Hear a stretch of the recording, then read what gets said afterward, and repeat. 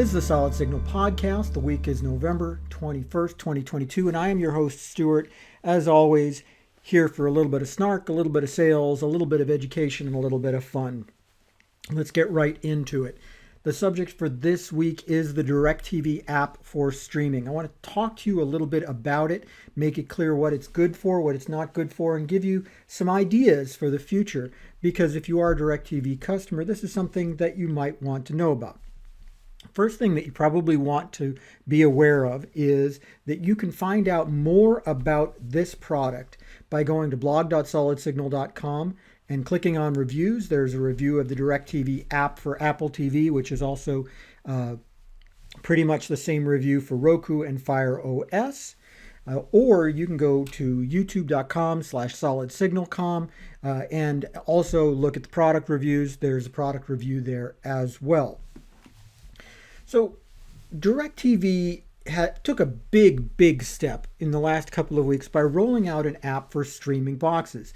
They have had an app for phones for about 15 years. They were one of the first pay TV providers to have an app. And, they for iPhone and even for something called the Palm Pre, which nobody even remembers anymore. And that app has evolved steadily over the years to the extent that it's incredibly full-featured. It just offers live TV watching and monitoring recording and, just everything that you could possibly want, except for not everybody wants to be looking at a 6-inch screen. We sometimes want to be looking at a television. Sometimes we want to be part of that communal experience.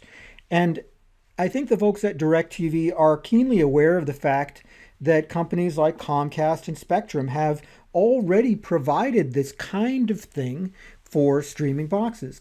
As a matter of fact, Comcast is very rarely even offering receivers anymore. They just have you run an app on your smart TV or streaming box, and that's it. DIRECTV has fallen behind a little bit, but they took a big step this past month. Backing up a little bit, DIRECTV has had a product a while, currently called DIRECTV Stream, and this is a live streaming product, so no receivers, no DVR in the home, nothing like that. It's just a live TV package over streaming, similar to YouTube TV or Hulu Live channels. And what they essentially did was took the same app that they've been using for that and made it so you could log in with your DIRECTV satellite credentials, the login that you use at directv.com, or if you log in at att.com, that particular login. So you get all of the live channels that DIRECTV Stream offers that are part of your package, all the on-demand stuff that DIRECTV Stream has, and even if you're in the same place as your DVR, you can watch your DVR'd programming. Now, it may work outside of the house. I haven't really had the opportunity to try it yet, but I was told by one person it doesn't. Anyway, so this gives you, in effect, almost everything that you would want out of a receiver just within a streaming box. And the best part is that it's completely free. Doesn't cost you a dime to add it, no matter how many places you put it in. And it will work with 5 locations at once, surprisingly. That's what they tell you. And so it gives you, just a huge amount of flexibility. All of a sudden, you've got a guest room that you want to put DIRECTV in, but it doesn't have coax cable. Well, you can just go ahead and use a cheap streaming box, Fire Stick, or Roku, or an older Apple TV, and just, all of a sudden you've got DIRECTV in there. Not everything, but you've got DIRECTV in there. And let me stress again, this isn't costing you an extra dime. DIRECTV is notorious for charging these receiver mirroring fees, even when they make not a lot of sense to us regular consumers. But they're not doing that here. They're just giving it to you. And therein lies kind of the concern.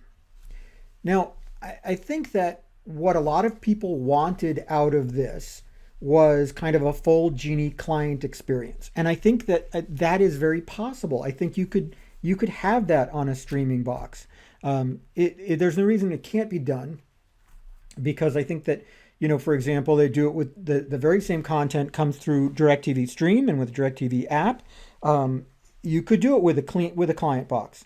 You absolutely could. You probably need a box that had at least enough memory to buffer, 10 or 15 seconds if there was any extra, traffic load or something like that.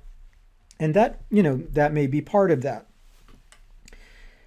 But this isn't it. People do want that client app, and the question is, now that they have this, well, when can I have the client app? Because I think it's a really short step from this app to a client app, to an app that instead of getting stuff off the internet is getting stuff directly off your DVR. I don't know. I don't know when, and I don't know how, and I don't know how much. And let me tell you, anybody who tells you what they say is a DIRECTV secret, something they shouldn't be able to tell you, they're full of it. I don't know how else to put it. Because anybody who knows something and is willing to tell the entire internet on the basis of it being a secret, well, they're not going to be trusted with secrets, and again, anytime soon. And so they're just not going to do it. The people who say they know are usually people who just want you to respect them or believe in their insider contacts. This has been true for years, and it's not just true of DIRECTV. It's true of just about any kind of insider tech news. But I'm going to give you my speculation, and I'm going to tell you that it's 100% speculation because, as I said, if I really did know something, I wouldn't be able to tell you that I even knew it. So I'm certainly not going to give up any trade secrets here.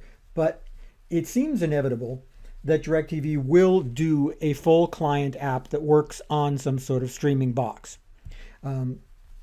The current Genie Mini clients are, they're older technology. They are not, they're not the state of the art. So you have to imagine that the computing power it takes to get this kind of thing done, it just isn't that much.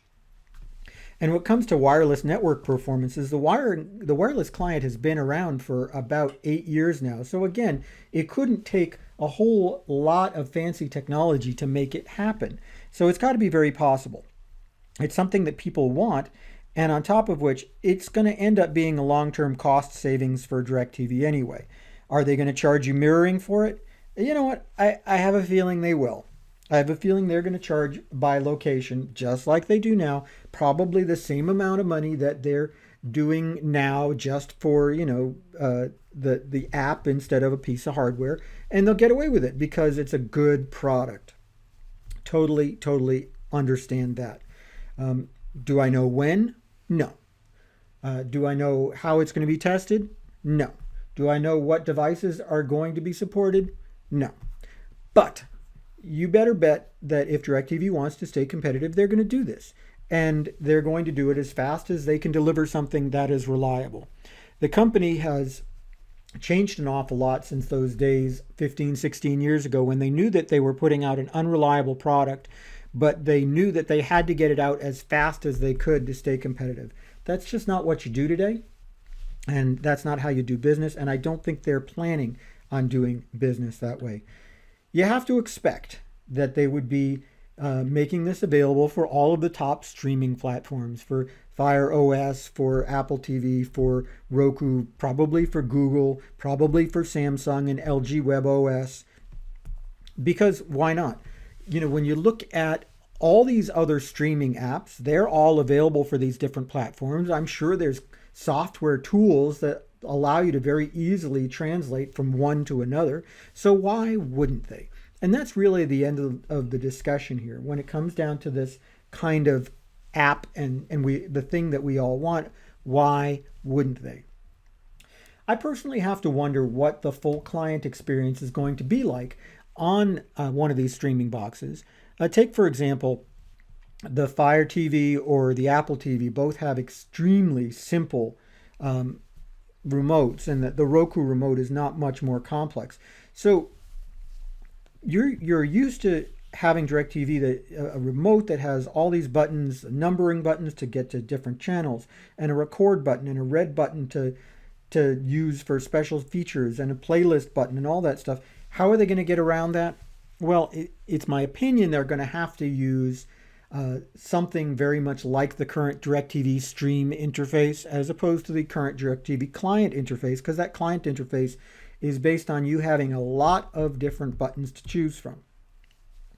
It's completely possible that they could give you a remote that works with your streaming box and gives you all of the features that you want. They did this back in the day about 11 years ago when they were trying to put DIRECTV client software on smart TVs. They gave you a remote that did that. That process didn't work, and largely because it was just too early in the technological cycle. But we're a lot later now, and it could work now. I just am kind of curious, just like you, how.